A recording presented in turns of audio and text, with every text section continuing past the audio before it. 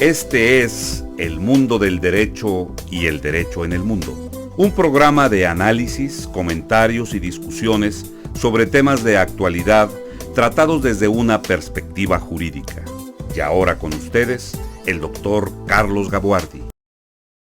Bienvenidos a su programa El Mundo del Derecho y el Derecho en el Mundo. El desarrollo de la tecnología en todos los ámbitos ha impuesto nuevos retos en prácticamente todos los ámbitos de la vida. Junto a las tecnologías que normalmente reconocemos como tales, me refiero a las que operan en el ámbito de las computadoras, en el ámbito de los sistemas computacionales, etc. También ha habido grandes avances en el campo biológico, particularmente en el campo reproductivo, lo que ha permitido que ante las nuevas concepciones de género, pero también ante las necesidades particulares que incluso pueden llegar a tener parejas heterosexuales, se planteen serios problemas jurídicos.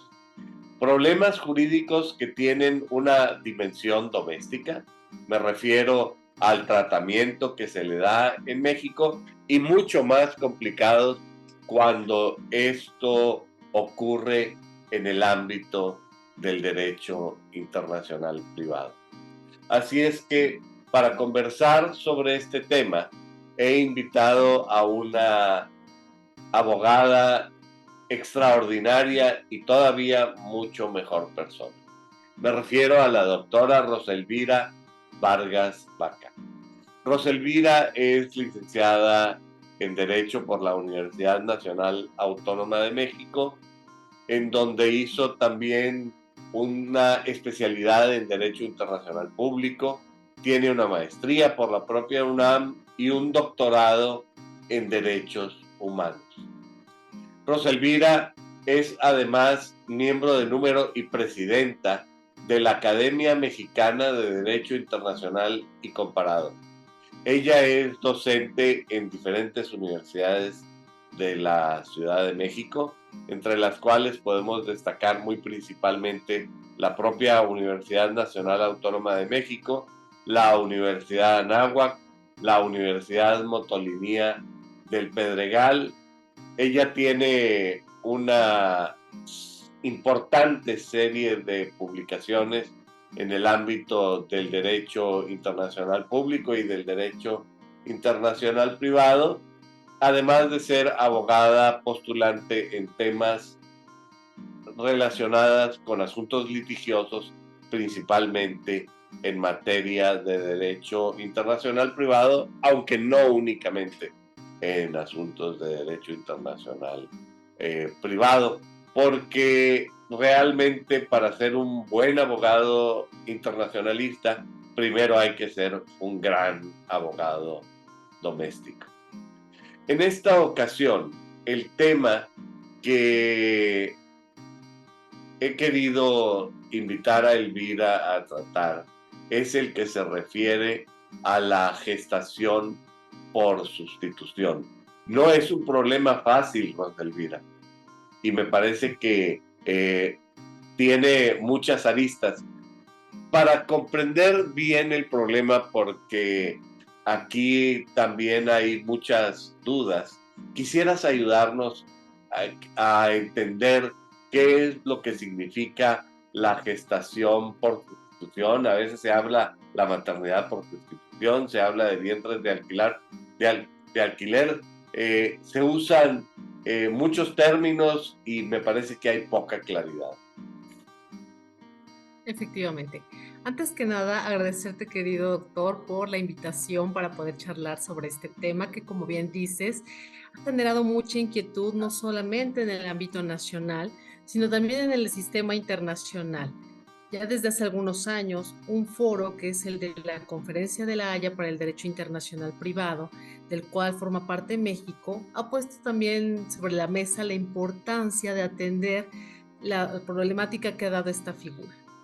Como tal, la gestación por sustitución constituye una forma, ¿verdad?, bajo la cual aquellas personas que no pueden tener hijos por una forma, llamémosle, natural, están acudiendo a otros mecanismos, en este caso el uso de la ciencia, para poder entonces lograr, ¿verdad?, ese derecho humano de acceso a una familia. Efectivamente, hay una problemática importante porque si bien es cierto que tendríamos aquí que valorar varios aspectos. Por un lado, los derechos humanos entonces de estas personas a formar una familia. Por otra parte, los niños, ¿verdad?, que están haciendo bajo el producto de este mecanismo, porque lo que está sucediendo es que se está implementando a través de un contrato. Y para los que nos dedicamos al derecho, por supuesto, esto es lo primero que salta, el objeto del contrato, porque a todos creo que nos han enseñado que el ser humano no podría estar dentro del contrato, pero aquí van a venir una serie entonces de cascada de problemas que se han generado, porque algunos países han optado por regular la materia, permitiendo que se pueda acceder entonces a través de un contrato. A ver, ayúdame primero a entender. Una pareja heterosexual que no puede tener hijos, en este caso me imagino la mujer, porque el tema es la gestación, lo que hacen es que aprovechan el óvulo de ella y el esperma de él, lo fecundan y se lo ponen en un vientre de otra persona. ¿Eso es correcto? Eso es lo que sería. Efectivamente.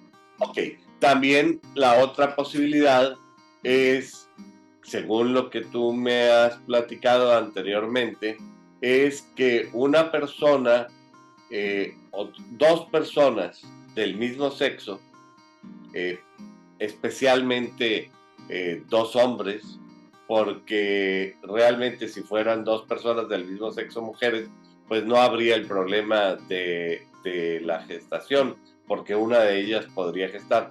Pero si son dos hombres, pueden tomar el esperma de uno de ellos o el esperma de ambos y revolverlos, porque pues eventualmente esta cosa también se puede hacer. Y entonces ellos firman un contrato con una mujer que va a prestar su vientre o va a permitir que el óvulo fecundado se fecunde dentro de ella. Esta es la situación que estamos platicando. Esto es la gestación por sustitución, o exactamente de qué se trata esta situación. Exactamente como bien refieres, lo que hablamos es que hay una tercera persona que lo que va a hacer es gestar al producto. No necesariamente tiene que ser la persona gestante la que aporta el óvulo, porque puede presentarse dos casos. Uno en el que ella misma presta su óvulo para poder ser fecundado con un esperma, o puede haber el óvulo de una tercera persona que se va a inseminar con el esperma de otra persona. Y es que a veces puede pasar que una pareja, varón, a ninguno de los dos tenga quizás la capacidad física para poder procrear, y entonces van a requerir de una donación de un esperma, y entonces si te das cuenta, ese también puede implicar un problema, porque el tema legal, ¿quién se constituiría como el padre o la madre de ese menor? Claro, Considerando que en México tenemos una pluralidad de legislaciones y que para muchos la madre es quien expulsa el producto. Entonces, aquí quizás ni siquiera hay un vínculo biológico si la mujer gestante no, no donó el óvulo. Entonces, claro. si se hace un convenio, ¿verdad? Que ese es el mecanismo legal que han utilizado muchos, pensando en parejas heterosexuales.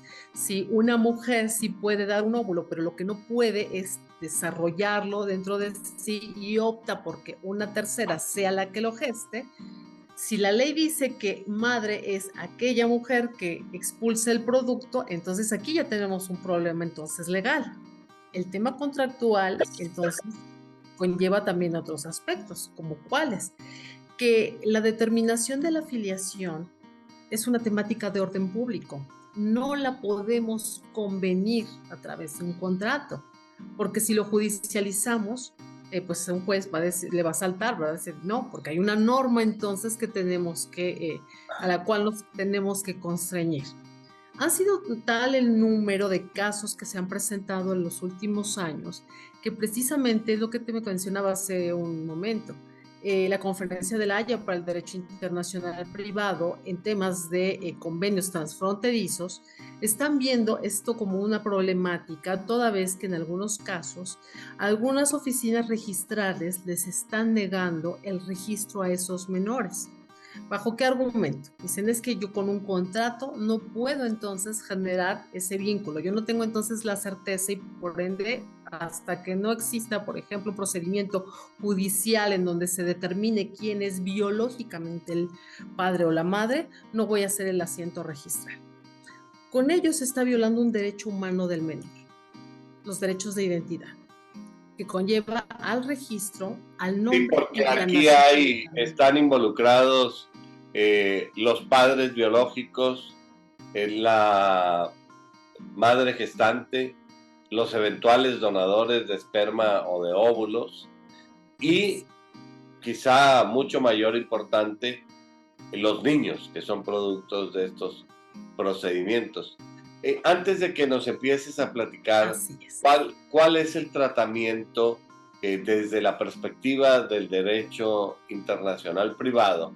Es decir, antes de que lleguemos a este nivel de complejidad, platícame cuál es el tratamiento de esta situación en el ordenamiento mexicano.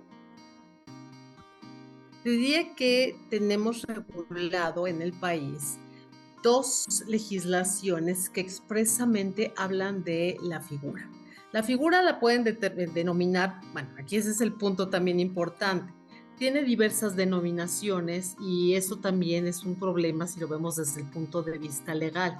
Por ejemplo, si hablamos de maternidad subrogada, estamos haciendo énfasis en que la persona gestante es quien es la madre y entonces es por eso que quizás ese término no sea tan adecuado o tan fortuito. Otras de las denominaciones que también ha recibido este mecanismo entonces de reproducción asistida es el de vientres de alquiler. Y aquí debo decir algo importante. Generalmente también, como te mencionaba hace un momento, están realizando contratos. Contratos y entonces, si hablamos de un vientre de alquiler, estamos presuponiendo que hay una contraprestación económica, lo cual quizás no en todos los casos se dé este supuesto. Y lo menciono porque ha habido casos documentados en donde una joven mujer que padeció cáncer, antes de iniciar su tratamiento, decidió congelar sus óvulos. Después de que terminó su tratamiento y que venturosamente salió avante, ya no podía entonces gestar a su bebé. Entonces, con el esperma de su esposo, con su óvulo, lo que hicieron fue inseminarlo y quien tomó la decisión de prestar su vientre fue su mamá. Es decir, es un caso en donde literal la abuela parió al nieto. Entonces, no necesariamente hay una contraprestación económica.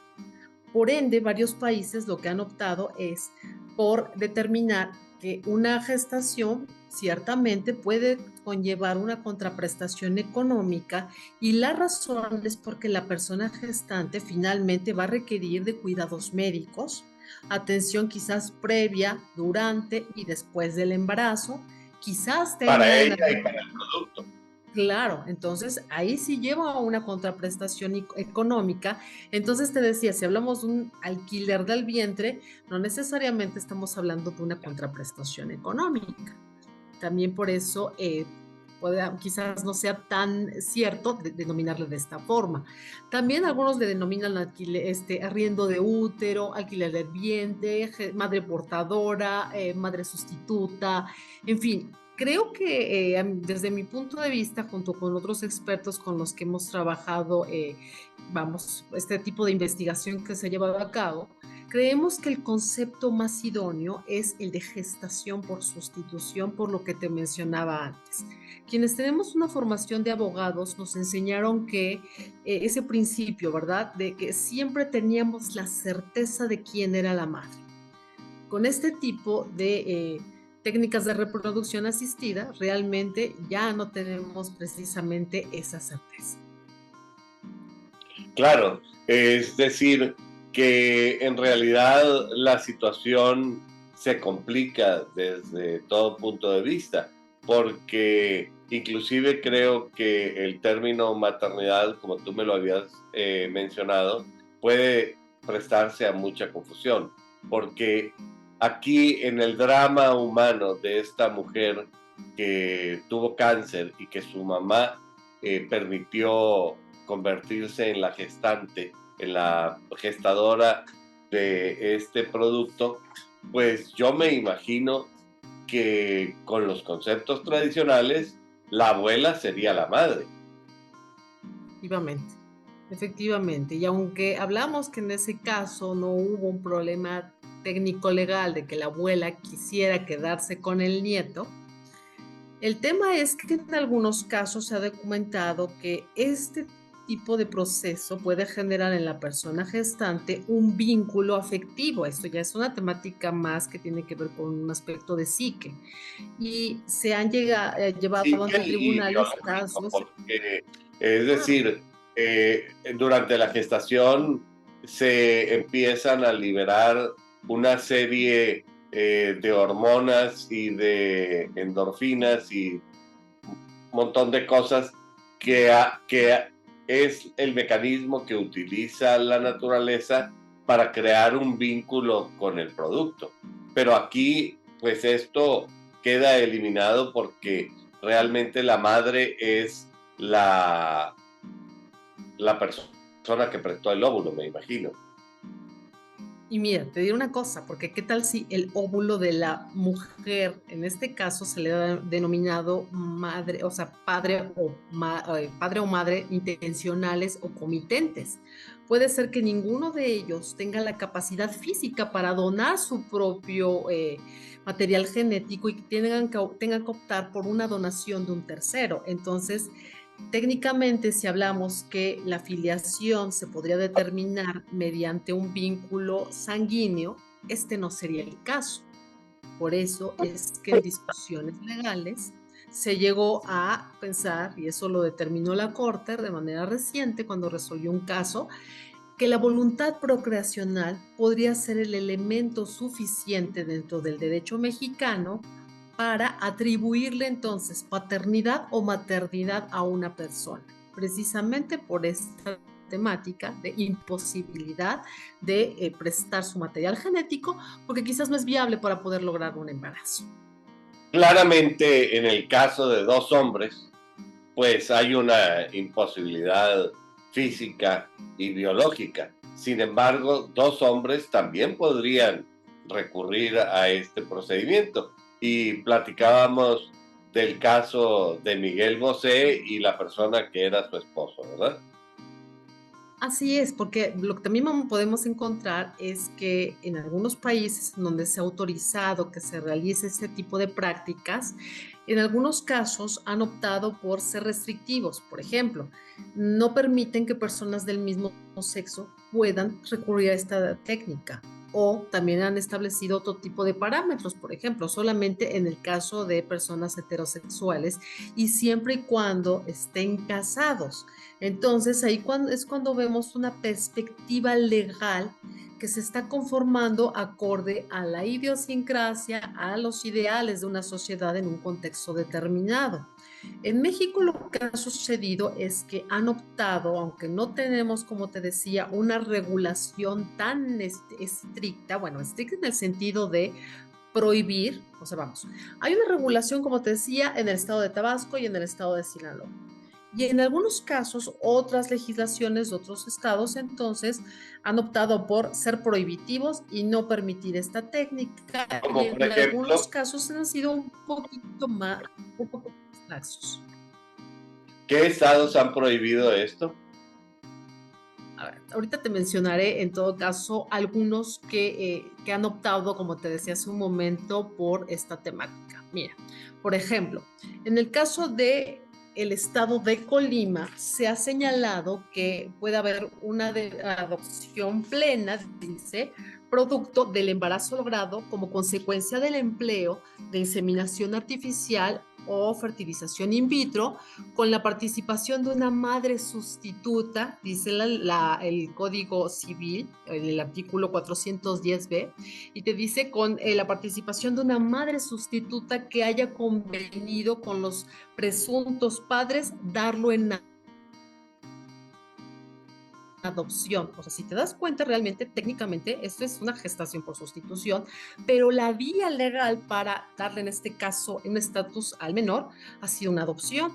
En el Estado de México también, en su Código Civil, en el artículo 4.16, también ahí vemos un derecho a decidir, dice la norma, de manera libre, informada, responsable, ¿verdad?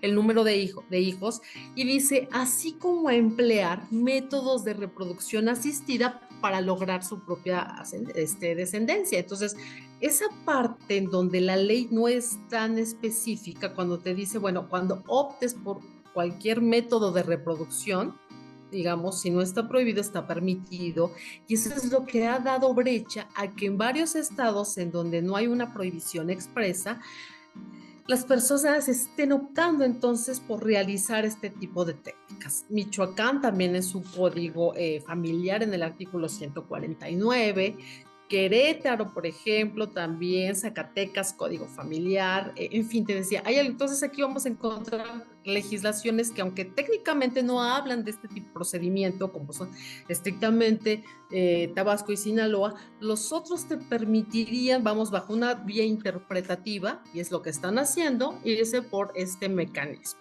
Ahora, si hablamos a Y ahí nivel es donde entra la cuestión de los derechos humanos y el litigio ante la Suprema Corte, me imagino. es que lo que ha sucedido, por ejemplo, en el estado de Tabasco, que fue el primer estado que lo reguló, es que en un principio, vamos, la ley, digamos que fallaba en cuanto a la técnica legislativa. Eso dio pie a que de manera importante creciera el número de casos de lo que en su momento denominaron turismo reproductivo. Lo que hacían era que unos extranjeros convenían generalmente con una mujer que residía en el estado de Tabasco para poder hacer un contrato. Entonces venían a México por dos razones. Uno, porque quizás en su país de residencia tenían una prohibición expresa a realizar este tipo de contratos, o bien porque, a diferencia de sus propios países, lo que se ve es que esta técnica de reproducción, por lo que hace a los costos, es mucho más barato que en otros países. Entonces, eso fue lo que también generó un importante incremento de extranjeros que llegaron al estado de Tabasco para poder realizar este procedimiento. Entonces, cuando se dan cuenta las autoridades, principalmente las registrales, optaron por negar el derecho de registro respecto de ese menor. Entonces, las autoridades mexicanas de Tabasco. Sí, las del estado de Tabasco. Entonces, obviamente, esto fue todo un escándalo porque esos extranjeros asistían a sus representaciones diplomáticas para solicitar la asistencia, toda vez que ellos lo que argumentaban es que habían hecho un convenio, que ese menor, en algunos casos, sí estaba muy bien identificado la aportación de su material genético para la procreación de ese menor. Pero el problema es esta parte que te decía, en donde puede, por determinación legal, hablar de quién es una madre o quién no lo es. Y entonces, en el caso de las parejas homosexuales, se les podía negar entonces este estatus. Eso fue lo que, digamos que encendió las alertas, y entonces viene una modificación en 2016 para tratar de, entre comillas, perfeccionar este mecanismo. El problema fue que hubo una restricción entonces a los extranjeros para poder realizar este tipo de contratos. ¿Qué problema legal vamos a encontrar? Principalmente una temática de derecho a la una temática que violenta a la persona por un tema de discriminación en razón de la nacionalidad, porque el legislador no consideró que existen extranjeros que residen legalmente en México y que bien podían optar por esta técnica de reproducción. Con esto, o sea, incluso a los nacionales se les estaba negando ese derecho. Entonces, esa fue, digamos que uno de los aspectos más llamativos, pero también porque el legislador de Tabasco se metió en una temática federal. Recordemos que la temática que tiene que ver con salud y sobre todo este tipo de cosas está federalizado. La otra parte es, bueno, sí, localmente los estados, digamos, libres y soberanos pueden regular los temas de derecho de familia y derecho civil, pero entonces aquí no encontramos Y en una este caso particularmente la filiación, que es un tema de derecho internacional público, de derecho público según lo que tú me estás mencionando. Mira, es de derecho público, claro que sí, porque tenemos una Convención de Naciones Unidas sobre el Derecho de los Niños, del cual México es parte. Entonces, en teoría, todo niño tiene el derecho humano a tener una identidad que implica el derecho a ser registrado, el derecho de tener un nombre y el derecho de tener una nacionalidad. Entonces, aunque en México, venturosamente, tenemos una buena regulación por lo que hace a la determinación del vínculo de la nacionalidad, en otros países, simplemente si no se tiene la residencia, no pueden optar por celebrar un contrato de gestación por sustitución. Entonces, si nace el niño, pues simplemente no le dan la nacionalidad porque dicen, no, ninguno de los dos padres, por ejemplo, tiene la nacionalidad y por ende el niño no le vamos a dar el registro. Sí, y entonces se súper complica el problema porque al niño lo convierten en una apátrida. Exactamente. Y aunque internacionalmente Naciones Unidas tiene un documento que es el Estatuto sobre los Apátridas, busca proteger, digamos, a aquellas personas que no han sido registradas, dándoles, entre comillas, un estatus de extranjero, y los estados tienen la obligación de dotarlos de documentos de identidad para tratar en todo caso de solventar esa problemática. El tema es que si el Estado está generando ese problema, pues quizás esa no sería la vida idónea, ¿verdad? De darles entonces un estatus de apátrida por la situación de la que estamos hablando, pero por lo menos en ese caso de México, como te decía, quizás no existiría tanto el problema hasta que revimos el caso de Tabasco. Entonces, entre esos temas, entre lo que hace a la temática de la federalización del tema, pues se tuvo que llevar ante la Corte. La Suprema Corte lo que estuvo discutiendo precisamente hace un año, como te mencionaba, es, en síntesis, hace un llamado a que se regule esta técnica en el derecho nacional.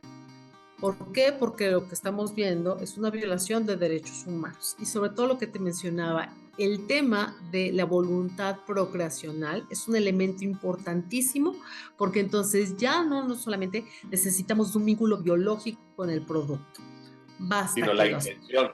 La intención, exactamente. Eso es lo que por lo menos la Corte dijo, ese es el elemento que puede definir que un menor lleve entonces, ser registrado por los padres comitentes o intencionales. Ese fue el objetivo que logró la Corte. Ahora, por supuesto, es que muchos estados han sido reacios, pero en todo caso lo que estamos hablando es algo que denominamos institución desconocida.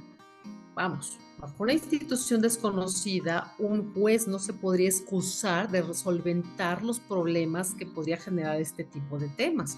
Por ejemplo, en la Ciudad de México ha habido intentos de legislación, pero a la fecha no lo tenemos. No obstante, se están celebrando los contratos y finalmente hay que judicializar estos casos para poderlos llevar a buen término. Quizás no sería lo idóneo, pero es lo que tenemos por lo menos en este momento, y lo que han buscado los jueces principalmente que abordan temas, por ejemplo, de oralidad en la Ciudad de México, son los que están entonces revisando los casos, y máxime cuando hay personas que son extranjeras. Porque finalmente ese niño, si nació en México, es mexicano por nacimiento, y por supuesto tiene que haber un interés de protección por parte de las autoridades, lo cual es por supuesto muy importante. Por eso es que va a intervenir en estos tipos de casos en donde los padres son extranjeros y no tienen una residencia en México. La Secretaría de Relaciones Exteriores va a tener que intervenir precisamente para asegurarse que ese menor, ¿verdad?, al que se le tiene que tramitar un pasaporte, pues no va a ser objeto, ¿verdad?, de otro tipo de cosas. O sea, se estuvo utilizando mucho las convenciones internacionales en materia de adopción porque ese podía ser el mecanismo, y de hecho es uno de los que varios países han optado. Dicen, está bien, realizan el contrato de gestación por sustitución. Siguiente paso, adopción. Y optan por una vía de adopción internacional, y ya con eso pueden establecerse los mecanismos de protección que dan las convenciones en materia de adopción, como cuáles, como aquellas que dan seguimiento a aquel menor que ha sido trasladado a otro país, y de esa forma cerciorarse que un niño no vaya a ser más adelante objeto, ¿verdad?, de venta superior del menor.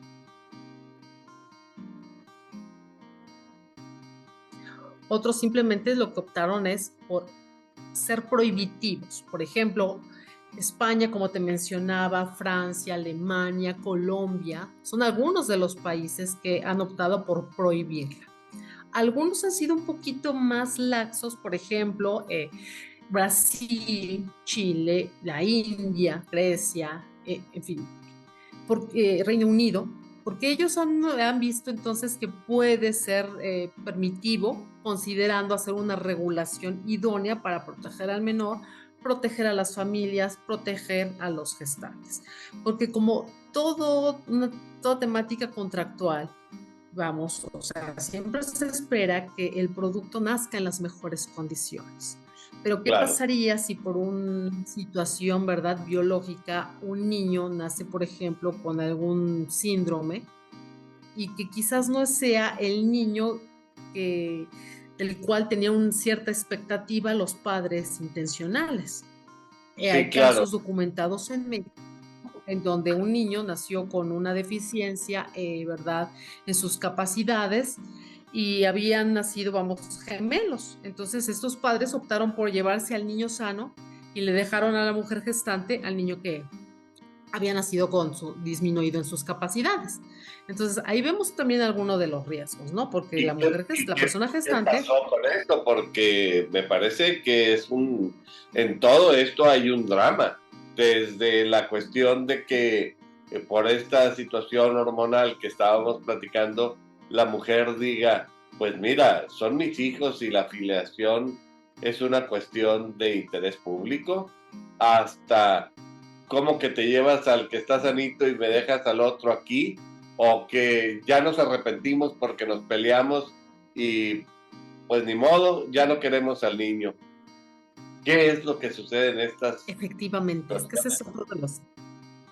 es otro de los dramas, como bien mencionas. A ver, el hecho de generar un convenio, y que en este caso, o sea, muchos casos de reproducción asistida, generalmente vemos que puede haber un nacimiento múltiple. En los casos de inseminación es un poco más controlado, pero hay quienes, dado que ya están, digamos, invirtiendo, optan por decir, bueno, nos llevamos a la parejita, ¿no? Como dicen algunos coloquialmente. En estos casos, por ejemplo, te decía, lo que hicieron fue dejárselo a la mujer gestante. Afortunadamente, ella y su esposo se quedaron bajo el resguardo del menor, y algunos años después, estos extranjeros que habían convenido con ella, digamos que les dio curiosidad conocer al menor, y por ahí hubo un acercamiento. Pero por desgracia no han sido todos los casos. Por eso, y regreso al caso de Tabasco, porque en un momento, para que se pudiera celebrar un contrato con una mujer gestante, si esta era una mujer casada, tenía que estar en el convenio el beneplácito, llamémoslo así, del entonces que estará al menor. Lo O que sea, dijo él la corte es que tenía la que viuda, obtener el beneplácito del marido, es decir, no podía tomar ella una decisión por sí misma, sino que tenía que obtener la conformidad de su marido. así es, el permiso, ¿verdad? La aceptación del esposo. Lo que dijo la corte es que esto iba en detrimento del libre desarrollo de la personalidad. Estábamos colocando entonces a la persona gestante, digamos, en una situación casi casi de un capitis diminutio, porque ella realmente lo que tenía que hacer era buscar, ¿verdad? Que su pareja pues estuviera de acuerdo con esta situación, y esto puede también dar origen, como te decía, a otro tipo de casos, ¿verdad? Es algo muy de la personalidad, porque también se menciona que si el cuerpo como tal, ¿verdad? De la persona, del ser humano, no es algo que debería de estar dentro del comercio. Algunos lo que han dicho, bueno, es que si, por ejemplo, en algunos países está autorizado legalmente la prostitución, ¿por qué no se podría, en todo caso, si una mujer acepta llevar, ¿verdad? Decíamos, a un embarazo para que otra familia pueda entonces satisfacer esa necesidad de conformar su propia familia, ¿por qué no hacerlo? Estamos en una Me franja muy parece, delgada. me parece bastante pobre esta comparación Sí, entre por la supuesto. prostitución y la gestación por sustitución, porque Sí, por supuesto. no es el mismo caso, y los fines son totalmente distintos, los propósitos que inspiran esta Efectivamente. relación contractual, si tú le quieres llamar de esta manera. Efectivamente, solamente te decía, o sea, menciono el argumento que algunos han Sí, aducido no, por claro, efecto por de supuesto, respaldar, ¿verdad? no estoy manifestando inconformidad contigo. Estoy comentando que No, me no, no, parece no. inadecuada De hecho, esta. coincido completamente con tu comentario, porque efectivamente estamos hablando de dos cosas distintas. Aquí el elemento es ese de el libre desarrollo de la personalidad, porque te decía, estamos en una línea muy delgada. ¿Cuál? El tema de la trata de personas. Efectivamente, en este y en varios países, lo que vamos a encontrar precisamente es que hay un mercado negro en donde muchas mujeres han sido víctimas de trata de personas, y que esas personas, esos tratantes, lo que están haciendo es explotar a esas mujeres para que, digamos, sean incubadoras humanas y estén realizando estos procesos de gestación por sustitución, en donde mayormente quienes obtienen el beneficio económico son los tratantes de personas.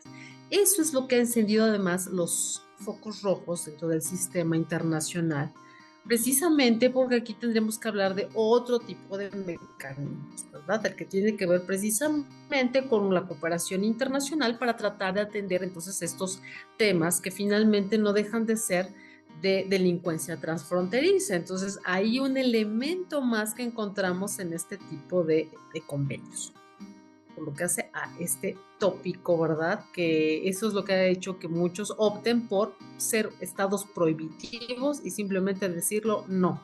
Tiene que haber entonces un respeto a la mujer muy vulnerable. Y claro que sí, sin duda, esa es una de las preocupantes que está sobre la mesa en este tipo de temas. Claro que de pronto radicalizarte en una posición lo único que genera son más problemas, porque si tú me lo prohíbes en España, pues no me lo prohíben en México, me lo permiten en otra parte, y entonces tendremos eh, colisiones francas de derechos y posiciones jurídicas, que esta es, me imagino, la situación de derecho internacional privado a la que tú has venido haciendo referencia. efectivamente, porque te decía, vamos a estar desde el tema del objeto del contrato, ¿verdad? Que puede ser el menor. Y si en este caso, o sea, si el contrato tendría, por ejemplo, que ser oneroso o a título gratuito. Generalmente sabemos que cualquier embarazo implica un gasto económico porque sea una persona gestante o no, tiene que haber cuidados para la mujer. Hay que tener cuidado entonces realmente durante el desarrollo del embarazo, cuál es el estado en este caso del menor y de la persona que lo está gestando. Por eso es ¿Y que cómo muchos se ha resuelto? ¿Tiene que ser oneroso? ¿Puede ser oneroso o necesariamente tiene que ser gratuito? Mira, lo que se ha mencionado es que los comitentes tienen que pagar todos aquellos gastos, por ejemplo, de manutención y temáticas de alimentos que permitan que la persona gestante pueda ser atendida previo a, durante el embarazo y después del embarazo, porque hay algunos casos en donde las mujeres simplemente se tienen que encamar porque la situación puede ser de alto riesgo y por ende no es posible que la persona vaya a trabajar, ¿verdad? Y lleve una vida como si no pasara nada. Entonces, en esos casos, sí tiene que haber, por cierto, una contraprestación por lo que hace este tipo de atenciones. Lo que muchos han dicho es que no puede haber como tal un pago, ¿verdad?, a la persona por realizar este tipo digamos, de prestación. Simplemente dice, solamente por lo que hace a los cuidados. No puede entonces haber un sueldo, una remuneración como de honorarios porque hiciste esto. Entonces, ese es uno de los mecanismos que se ha utilizado en estos casos, principalmente. Pero también tiene que ver, te decía, mucho con otros aspectos, ya no solamente en el tema de qué pasa con los cuidados, ¿verdad?, durante el embarazo, porque ante la negativa, por ejemplo, de la persona gestante para entregar al producto, ahí tendríamos que judicializar el caso. Si tenemos un caso en donde decíamos el menor puede tener algún padecimiento, también qué hacemos con el producto, porque no es que lo pueda devolver como si fuera algo que salió, ¿verdad? No sé, un producto casero que se descompuso, esto yo no lo puedo Y no devolver. hicieron un pastel, ¿verdad? Entrégame el pastel. Efectivamente. Entonces aquí no puedo decir que había un vicio, ¿verdad?, oculto en la cosa. Entonces ahí también vamos a tener otro problema. Pero también hay algo que tiene que ver, por ejemplo, en el tema contractual con la capacidad de las partes. Y tú, o sea, generalmente aquí también tenemos reglas, porque vamos, en el tema de la capacidad generalmente se puede regular por el domicilio, ¿verdad?, de quienes son los padres intencionales. Y también se atiende a el domicilio de la persona que lo va a gestar. En la legislación de Tabasco, otro de los problemas que también enfrentaron fue la edad, por lo que hace a la persona gestante, porque establecían un límite de edad y entonces se hablaba nuevamente de una temática de discriminación. Generalmente se tendría que ver en el caso concreto cuál es la situación que guarda la salud de la persona gestante para saber si efectivamente sería conveniente que pueda gestar o no un menor, pero también por lo que hacen las personas comitentes, porque no necesariamente, por ejemplo, había casos en donde se pone el límite de edad para que ellos puedan celebrar entonces un contrato y aquí vamos a encontrar nuevamente una restricción que desde una perspectiva de derechos humanos ciertamente puede ser discriminatorio. Entonces, hay otro elemento que le abona a este tipo de problemáticas, pero quizás en donde el sistema internacional ha puesto mayor énfasis, como te mencionaba hace un momento, es en el tema de la afiliación. Ese es el que generalmente es donde nos está preocupando, porque aunque vemos en México que afortunadamente hay un avance importante por lo que decíamos hace un momento, de esta voluntad procreacional, en otros países simplemente la carga genética es el determinante para poder presumir o no la maternidad o paternidad de las personas que están participando en este tipo de contratos. Entonces eso quizás ya no beneficia mucho a todos por lo que hace a este rubro. Por eso decía, es muy importante el tema de la afiliación en este tipo de casos. Pero Sí. ninguna de estas cosas es transparente y clara como el agua.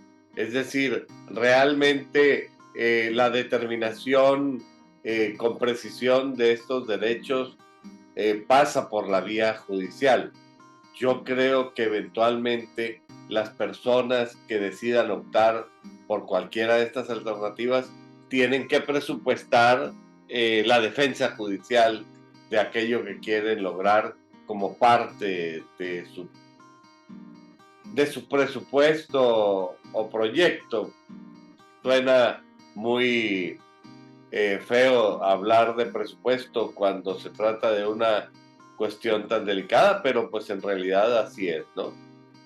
Sí, porque imagina, por ejemplo, que la persona gestante no tenga, o sea, no tenga los cuidados, por ejemplo, durante el embarazo, ¿no? Que decida fumar, ¿no? Porque, o que decida salir a caminar cuando sabe que es un embarazo de alto riesgo, o que ya se aburrió. O sea, si eso incide en la salud del menor, o sea, vamos, ¿cuál sería la sanción, verdad? En todo caso, para la persona gestante, porque si el producto no nace, vamos, saludable, no es que diga te lo dejo, ¿verdad? Te lo dejo porque pues no tuviste el cuidado.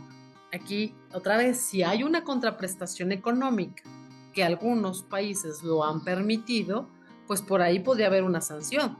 Pero si no es el caso, ahí también podemos tener un vacío legal en donde un juez en un momento dado, en ¿México aras de lo atender permite el o no lo interés, permite? perdón, ¿México lo permite o no lo permite?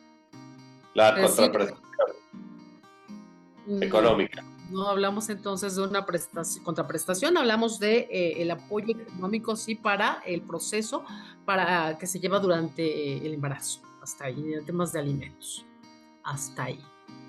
Sí, Entonces, como puedes porque ver, me este es parece que es importantísimo. muy delicado. Por ejemplo, yo me quisiera preguntar en el caso de que un niño sale enfermo y otro sale sano, que es el caso que tú nos decías, o en el caso de que se peleó con la pareja y ya no lo quieren.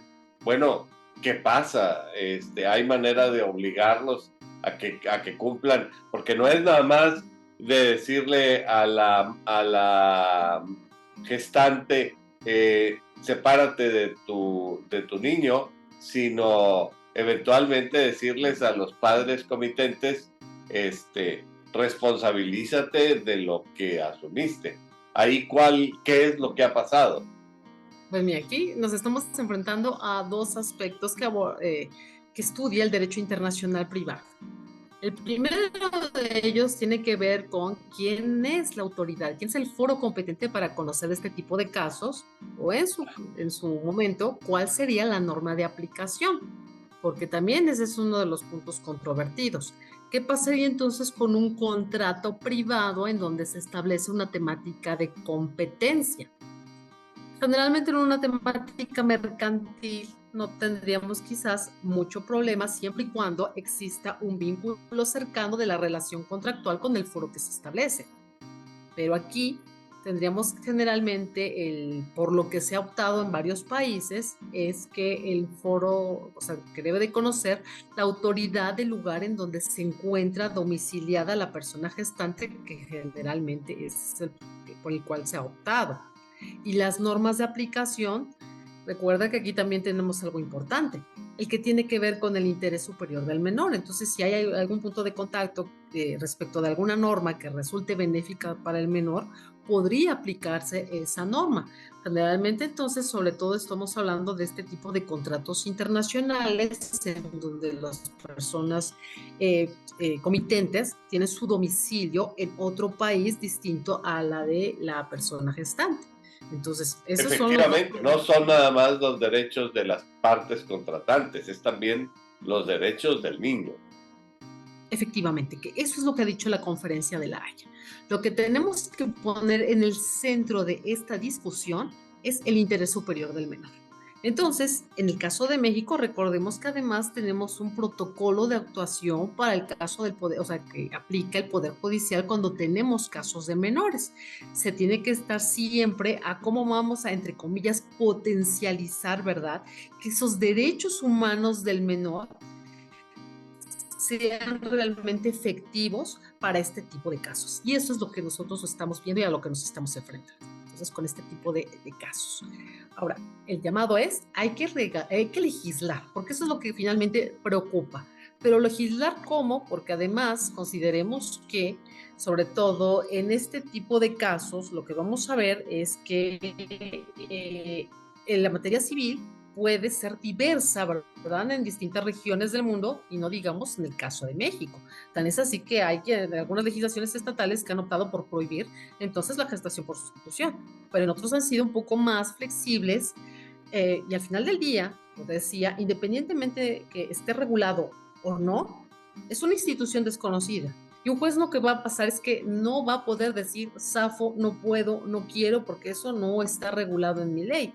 Hay un menor, hay un problema, y ningún juez va a poder entonces eximirse de conocer de un caso para resolverlo en este tipo de temas. Por eso es que a veces hay que judicializarlo para poder encontrar una respuesta y considerar los parámetros internacionales en materia de derechos humanos para buscar entonces que el principio pro persona sea el que nos ayude a resolver este tipo de temas.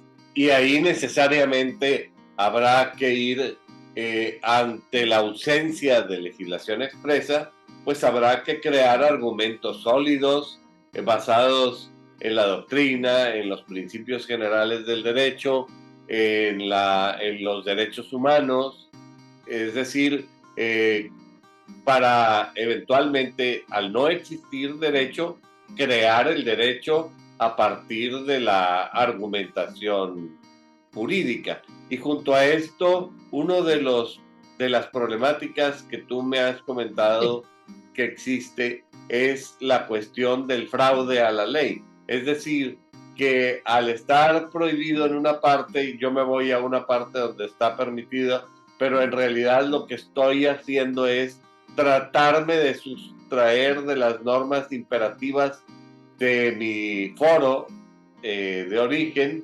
aprovechando las reglas más laxas de un segundo o tercer foro. ¿Cómo se resuelve este problema? Explícame, a lo mejor ni siquiera lo expliqué bien, lo planteé correctamente. Explícame cuál es la situación y cómo se resuelve. Bien, tenemos esa figura que en derecho se conoce como fraude a la ley, que puede ser una excepción de aplicación del derecho extranjero.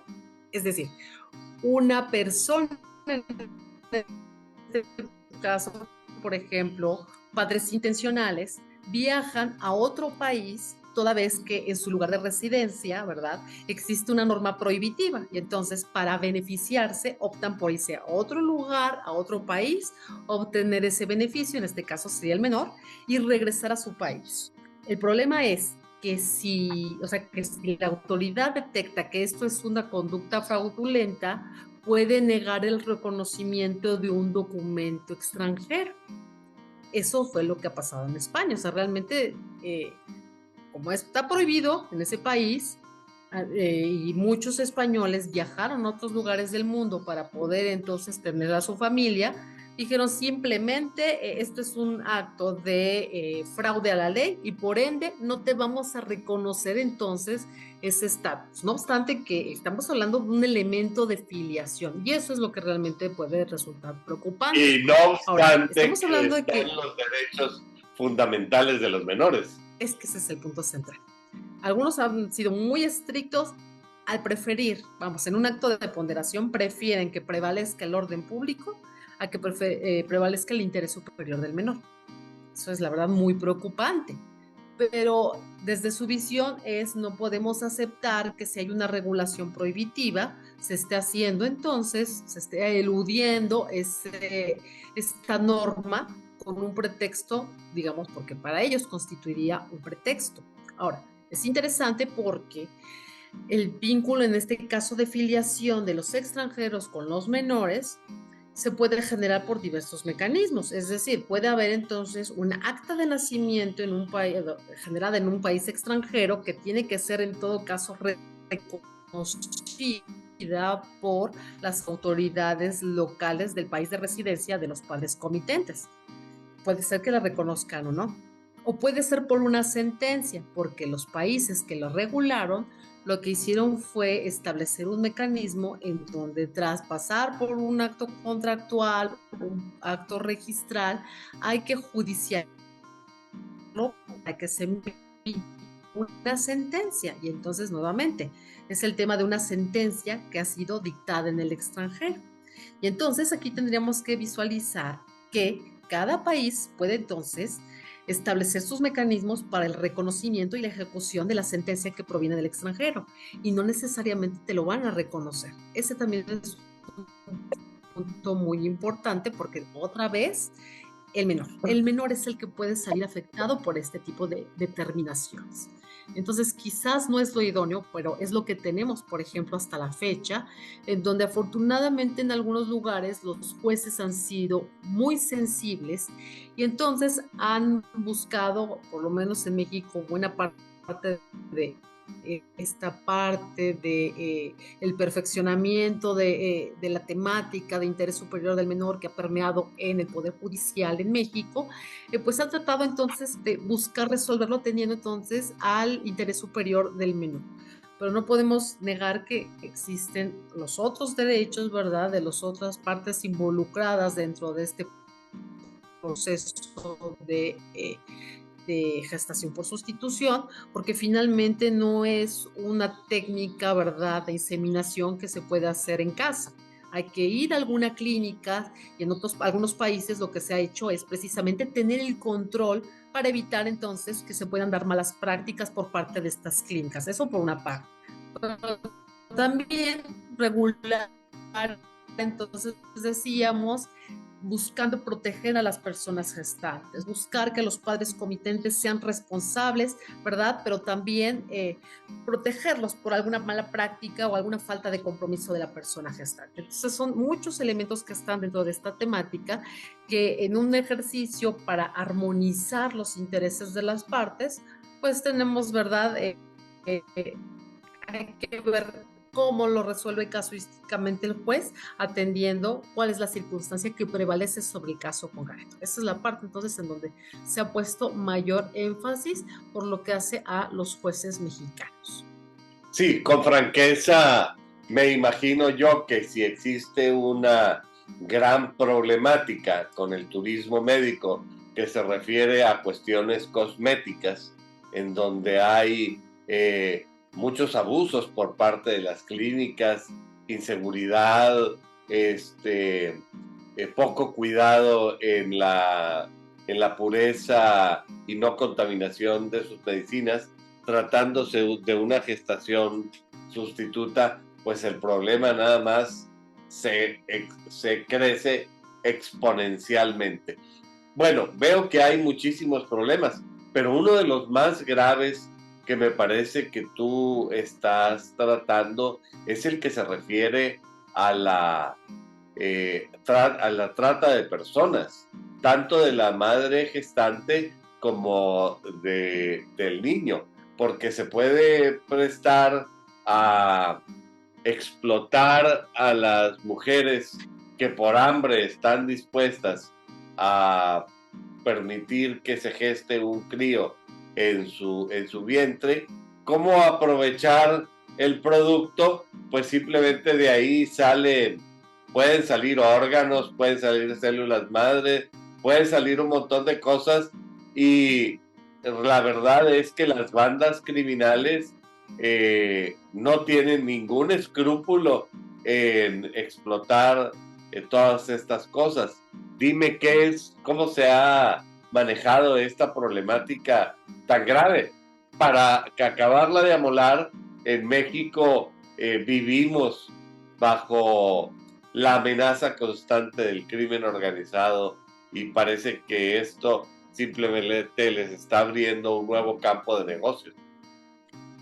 Efectivamente, porque aquí también tendremos que analizar qué es lo que pasa en cada uno de los estados. Como bien refieres, por desgracia en México, una parte importante es la criminalidad que no es perseguida eficazmente, y si se logra una captura, generalmente a veces si no hay una buena integración de una carpeta, simplemente las personas van a salir libres.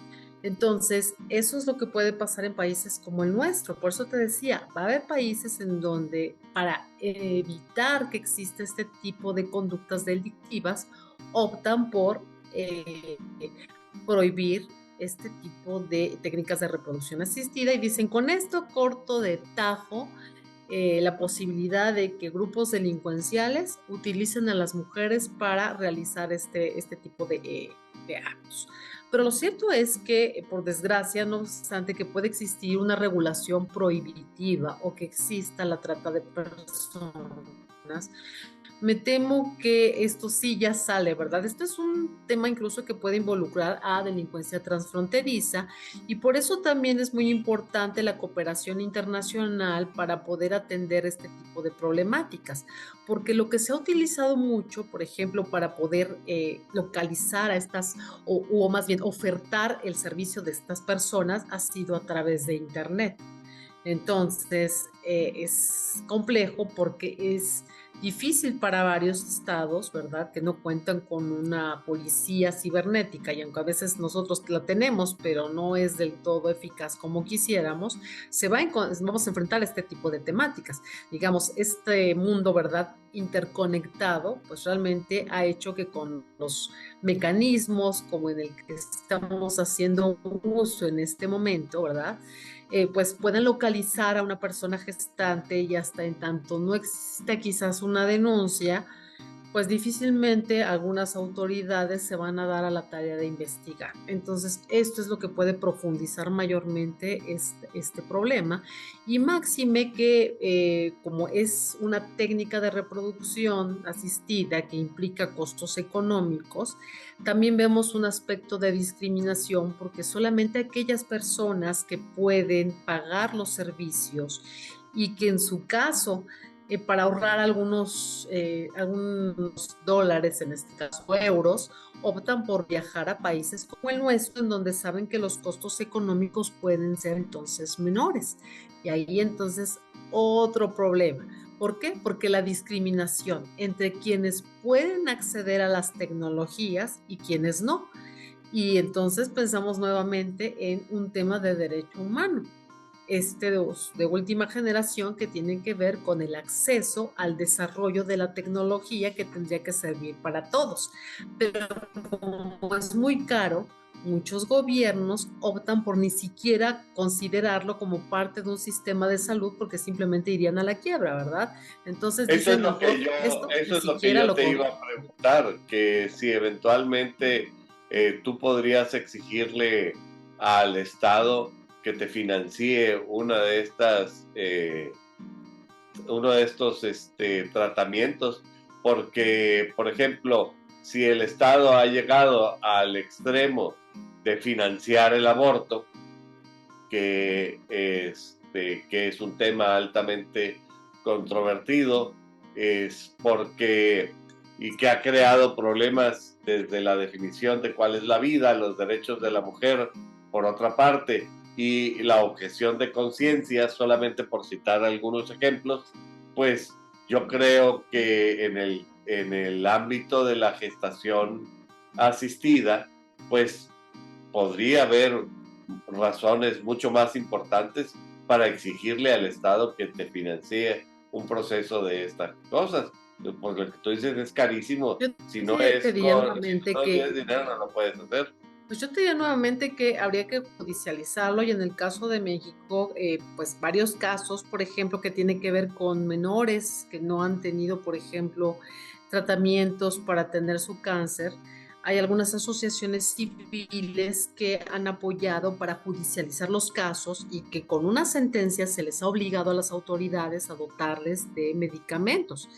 Quizás este sería uno de los casos, no me atrevo a decir, pero creo que puede ser una de las vías para que aquellas personas entonces que quieran optar por tener entonces ese derecho humano de acceso a la tecnología y en este caso a técnicas de reproducción asistida lo puedan entonces judicializar, porque no creo que alguien les diga, pues, ¿por qué no adoptas, no? Por ejemplo, ese también es un punto. Hay quienes han dicho, bueno, ¿por qué si hay tantos niños, por qué mejor no optan por adoptar?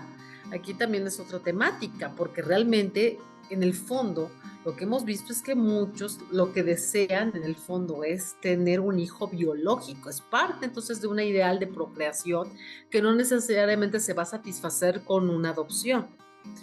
Sí, claro, porque sería tanto como que a una pareja sana con posibilidades reales de procrear le dijeran, no, usted no tiene derecho a tener hijos, tenemos la política de que usted no tiene derecho a procrear hijos biológicos aunque pueda, porque aquí tenemos una lista enorme de niños que no tienen papás y entonces primero hay que hacerse cargo de eso.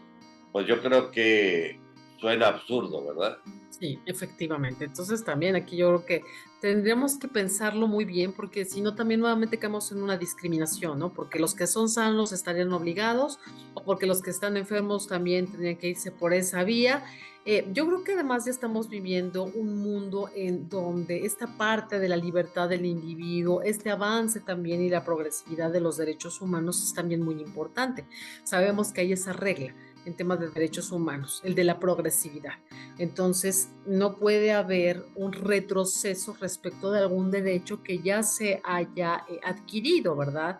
Entonces, realmente si pensamos, por ejemplo, en temas como los derechos individuales, yo creo que también esto ha sido un triunfo que se ha logrado, ¿verdad? Respecto de una temática política, pero que va a beneficiar entonces al sujeto. Y creo que eso es muy importante dentro de estos objetivos sociales que son legítimos, porque podemos entender que un Estado puede regular varios aspectos, pero por lo que hace a la parte individual, creo que aquí también es otro elemento importante abonar. ¿Verdad? Ese respeto a la individualidad. ¿Hasta dónde el Estado se puede meter y hasta dónde no? Creo que también esa es una parte muy interesante de lo que puede llevar este debate, ¿no? Yo creo que es algo por el que tenemos que pensar con mucho cuidado, porque si realmente se va a legislar, hay que realmente involucrar, ¿verdad?, muchas áreas del conocimiento para poder alcanzar entonces una normativa, los intereses, conciliar los derechos humanos, atender lo que hay en el sistema internacional desde diversas perspectivas. Entonces es un reto muy importante y vamos, yo creo que hay que tomar el riesgo y me gustaría mucho que más adelante podamos algún día, ¿verdad?, poder percibir que hay una conciencia colectiva de que hay otras formas de familia, porque a veces también las sociedades no son tolerantes, ¿verdad? O sea, ha sido también un camino muy, muy lento el que hemos pasado y yo creo que también en varias regiones de México, pero se entiende, ¿no? O sea, vamos, la parte cultural no se la puedes arrancar a las personas ni a una sociedad. Es un proceso, por desgracia, lento, ¿verdad? De aceptación de otro tipo de nuevas familias, pero también de cómo beneficiar a su muerte. O sea, vamos, también han existido ese tipo de casos en donde toman algún material genético, vamos, de alguien que no puede pasar de varios días porque ya no sería viable y entonces aquí también un vínculo filial, puede haber un tema de sucesiones, entonces se puede complicar porque hay muchas variantes sobre este Pues tema. es que en realidad aquí entran muchas cosas, desde el acelerado desarrollo de la tecnología en todos los ámbitos hasta la situación de que todas estas tecnologías te obligan a plantearte nuevas problemáticas, incluso en temas fundamentales como qué es la familia, qué es la filiación, cuáles son los derechos de los niños. Sí, realmente cuando son situaciones que nosotros a veces ya traemos grabada en nuestra psique y en nuestra conciencia desde hace siglos. No cabe duda que platicar contigo es muy ilustrativo y además me llena de esperanza porque los problemas son tan complejos que requieren a una persona, a personas tan inteligentes y concienzudas como tú. Y sin lugar a duda, estos no son problemas que se puedan resolver con el uso de chat GPT. Es decir, No, se van a requerir abogados que realmente concienzudamente analicen los problemas. Pero al irnos acercando al final del programa, mi querida Rosa Elvira, yo quisiera, por un lado, pedirte, bueno, más bien, por un lado quisiera comprometerte para que nuevamente te reúnas conmigo en estos micrófonos a tratar otro de los muchos temas que se pueden explotar con una persona tan brillante como es el caso tuyo. Pero al ir acercándose definitivamente al fin del programa, a mí me gustaría que tú dirigieras un mensaje al público que nos escucha en el contexto de estos temas que hemos estado conversando para proceder al siguiente paso. Pues primero, reiterarte mi agradecimiento, querido doctor, por tu gentileza, tus palabras. Y pues no, las palabras, lo que les diría es que tengamos una mente abierta, ¿verdad? Porque creo que es muy importante, ya no solamente, vayamos más allá de la tolerancia, vamos a la aceptación. Mientras no nos impongan cierto tipo de aspectos, ¿verdad? Creo que tenemos que asumir la libertad, pero con mucho cuidado, con respeto, ¿verdad? Y sobre todo con mucho compromiso, porque cada uno nos toca hacer, ¿verdad? Más bien jugar un rol acorde a lo que nos dedicamos. Los legisladores tienen que ser muy cuidadosos con el trabajo que van a hacer, porque no lo pueden hacer al garete como hemos visto en otro tipo de actos, ¿verdad? Aquí hay que involucrar realmente a personas que saben, o sea, vamos, la lealtad es para otras cosas, el conocimiento es el que tiene que guiar a enfrentar el tipo de problemas que se nos están presentando y este es uno de ellos. Es importante entonces que cada uno, los que juguemos este rol, los gobiernos, los académicos, nos sentemos para discutir, porque este es un problema que se está dando y finalmente cerrar los ojos no nos va a llevar a un buen camino. Necesitamos ver cuál es el problema y cómo atenderlo. Porque no, algunos que me han dicho que soy pro este tipo de procedimientos, yo lo que puedo decirles es, soy mujer, y no me gusta que exista una explotación de mujeres, pero lo que quiero es que exista una norma de protección. Y quiero que aquellas mujeres que decidan cómo utilizar su cuerpo lo hagan en un ejercicio pleno, pero que también consideremos a esas familias, ¿verdad? Quienes están buscando entonces tener, ¿verdad? Algo que los llene, pues también es importante, ¿por qué no darles ese espaldarazo para que puedan lograr ese ideal de vida que tienen para alcanzar la plenitud? Creo que eso es muy importante, entonces lo que te diría es, pues estos retos intelectuales hay que enfrentarlos y entonces hay que hacernos llegar de muchos elementos y de muchas voces y mentes para tratar de darle una respuesta a lo que se está presentando, en este caso, en un contexto nacional. Eso es lo que me gustaría ver para un futuro, querido doctor. Yo creo que tienes mucha razón y agregaría aquella frase de que soy humano y por lo tanto nada de lo que es humano me es ajeno. En realidad, desconociendo la realidad, ignorando voluntariamente la realidad, no vamos a poder manejar los problemas que tenemos.